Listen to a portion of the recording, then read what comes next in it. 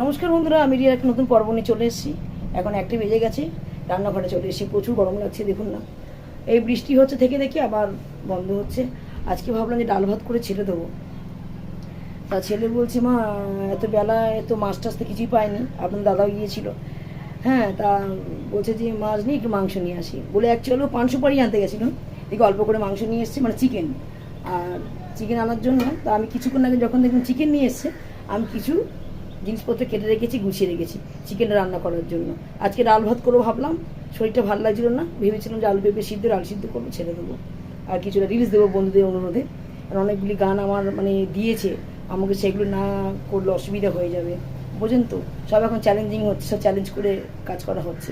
রান্নাঘরটা একটু অন্ধকার লাগবে, ভাতটা নামিয়ে দেবো একটু পরে। যে বন্ধুরা, আমি মাংস রান্না করার জন্য যদি ছেলে চিকেন নিয়ে এসছে, আমি কাটাকুড়িয়া দেখাতে পারিনি। আর কী কাটাকুড়ি দেখাবো, একই জিনিস। পেঁপে দিয়েছি, পেঁপে দিলে না মাংস খুব সুন্দর গলে আর খুব ভালো হয়। খাসি মাংস পেঁপে দিলে ভালো হয়, কিন্তু মুরগি মাংস তো এমনিই গলে যায়। চিকেন আর আলু দিয়েছি বড় বড় করে, একটু আলুটা বেশি দিয়েছি কারণ ছেলে আলু খেতে ভালোবাসে। আর চিকেনটা অনেকদিন পরই রান্না হচ্ছে, কেন মাঝখানে মাছটা অনেক রান্না করে খাওয়া হয়েছে। আর চিকেনের জন্য একসাথে বড় বড় করে পেঁয়াজ, আদা, রসুন, কাঁচা লঙ্কা চিড়ে রেখেছি। আর এখানে আছে টমেটো দিয়েছি, দেশি টমেটো দিয়েছি একটা বড় দেখে। এটা চিকেনের জন্য। আর চিকেন একটুখানি চিকেন নিয়ে এসেছি, কেন আমরা খাই না। আপনাদের দাদা হয়তো লেগ পিস খাবে, আর আমি একটু একটু মানে কী বলো, আমি একটু লেগ পিস খেয়ে নেবো, কারণ শরীরটা আমরা খেতে পারি না, মাংস আমাদের পছন্দ না, বাংলা কথা বলতে। এই দেখুন দাদাও চলে এসছে, দাদা চলে এসে আমি প্যাকেটে করে তো ফুল এনেছে। দেখুন দাদা মাছ নিয়ে এসছে। কী মাছ নিয়ে এসছো? হ্যাঁ, ছুরি দিচ্ছি আমি। ইশারা করছো কেন? আমি তো ছুরি দিচ্ছি তোমাকে। ও আওয়াজ হচ্ছে বলে দাদা বলছিল, ও আওয়াজ হচ্ছে বলে। হ্যাঁ, ওই জন্য বলে আস্তে আস্তে বলো, ওখানে আওয়াজ হচ্ছে, নাহলে কপিরাইট হয়ে যাবে, ওই জন্য বলছি। এটা কী মাছ এনেছো? পার্শে মাছ। দাদা আমাকে ইশারা করে বলছি, বন্ধু আমরা খারাপ ভাববেন না। ওটা যে মেশিন চলছে তো, ভুট্টার ছাতু, ওই যে ছোলা ভাঙিয়ে যে ছাতুটা করে, সেই লোক এসছে, তার জন্য বলছে আস্তে আস্তে, বলছে তুমি বন্ধ করে দাও, এখন কপিরাইট হয়ে যাবে। এই দেখুন এখন বন্ধ হলো। তেলটা গরম হয়ে গেছে বন্ধুরা। এই যে চিকেনটা রান্না করবো, অল্পটুকু নিয়ে এসেছি, ও আনার কথাই ছিল না, ফুল আনতে গিয়েছিল। এই আলু পেঁপেটা কেটেছি, ভেজে নিই। প্রচুর দেরি হয়ে গেছে, 1:20 বেজে গেছে না? নিচ্ছি। হ্যাঁ, এটা আলুটা হালকা হালকা ভাজা হয়ে গেলে নুন হলুদ দিয়ে ভাজবো, পেঁপেটাও ভেজে নেবো। তেলটা প্রচুর ঝাঁঝ, বাবা চোখে জল পড়ছে কিরকম। ইমামি ইমামি তেল, প্রচুর ঝাঁঝ। ইমামিও ভালো, ফরচুনও ভালো। হ্যাঁ, ইমামিটা খুব ভালো তেল। পেঁপেটা একসাথে ভেজে নেবো, ভেজে নিয়ে এগুলো তুলে রেখে তারপরে এই মশলাগুলো যে মশলা করে রেখেছি, বড় বড় করে কিছু পেঁয়াজ দিয়েছি। হ্যাঁ, আমি যে অনেকটা মাংস কিন্তু না, অল্পটা মাংস আছে, এর মধ্যে আদা রসুন সব মানে মানে বাটিনি, ছেঁচে রেখে দিয়েছি মেশিন দিয়ে। একে একে হলুদ আর নুন দিয়ে ভেজে নিই, ভেজে তুলে রাখবো। তারপরে গরম মশলা, গোটা গরম মশলা রেখেছি, ফোড়ন দেবো, দিয়ে চিকেনটা কষিয়ে নেব। আবার মেঘ করে শুনছে, এত গরমটা ছিল না, একটু মেঘ করলো, বৃষ্টি হলো, কি গরম লাগছে দাঁড়াতে পারছি না। দেখুন ওনাটা ভিজে গেছে। খানিক্ষণ আগে যে বৃষ্টিটা পড়ছে, এত গরম লাগলো। বৃষ্টি পড়েনি তখন কিন্তু মধ্যে তো গরম ছিল না রান্নাঘরে। কি বলবো, কি হচ্ছে, সব কিছু চেঞ্জ হয়ে যাচ্ছে, পাল্টে যাচ্ছে। এই যে দেখুন পেঁপেও দিয়ে দিয়েছে, আলু পেঁপে একসাথে ভেজে নিলাম। একটু আলু পেঁপে না ভাজলে একটু কাঁচা কাঁচা সবজি বন্ধ হয়ে যায়। চিকেন করুন আর মটন করুন বন্ধুরা, আপনারা তো জানেন চিকেন রেসিপিতে প্রচুর দিয়েছি আমি। কী করবো, বাইরে বেরোতে পারছি না, রান্না মানে টিভিটাই দেখাই। চিকেন রেসিপি দিয়েছি, আর এটা আমি আজকে অনেকদিন পর করছি, কারণ এই করে রান্না মাছ খাওয়া হয়েছে, তো শরীরটাকেও ঠিক রাখতে হবে। আর আমি একটু মানে মাংসটা কম খাচ্ছি, মাংসটা খুবই কম খাচ্ছি, খেতে পারছি না, ভালোবাসি না। এই ভাজাগুলো তুলে নিয়ে চিকেনগুলো চাপিয়ে দিই বন্ধুরা।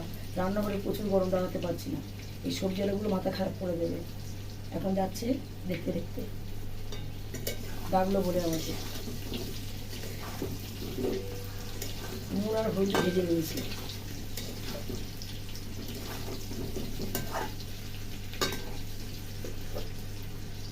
রেখে মধ্যে সঙ্গে নামিয়ে দিই, একে একে পেঁপে আলুগুলো একসাথেই নামিয়ে দেবো। এর মধ্যে গোটা গরম মশলা ফোড়ন দেবো। মাংস করার কথা ছিল না, মেয়ে আমাকে ফোন করেছিল, মা কী রান্না করছো? আমার ডাল ভাত করবো, আলু পেঁপে সিদ্ধ আর ডাল সিদ্ধ করবো, আর ডিম এনে ডিম সিদ্ধ দেবো দুটো। হঠাৎ ছেলে দেখি ফুলার দিকে মাংস নিয়ে চলে এলো। সবসময় তো বন্ধুরা সমান দিন দেয় না। দেখুন আমি কিন্তু খুব ঘামছি, কথা বলছি, খুব ঘামছি। যাই হোক চট্ট করে রান্নাবান্না করে নিই। দাদা বেলা পার্শে মাছ নিয়ে এসছে, রান্না করবো না, কালকে রান্না করবো। এই যে ভাজা হয়ে গেছে, নামিয়ে দিলাম।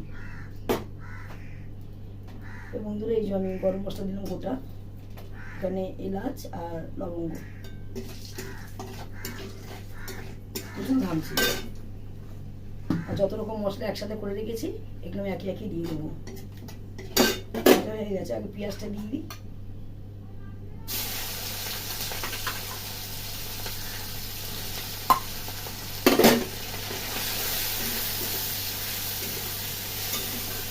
ভালো ভালো করে দিই বন্ধুরা। বন্ধুরা কষা হয়ে গেছে, সব এগুলো কষিয়ে নিয়েছি একসাথে। ঠিক দেখাতে পাচ্ছি না, এত গরম লাগে দাঁড়াতেই পারছি না। আর এখানে উষ্ণ জল গরম করেছি, এটা আমি দিয়ে দেবো, একটু জল মিশিয়ে দিয়ে দেবো এর মধ্যে।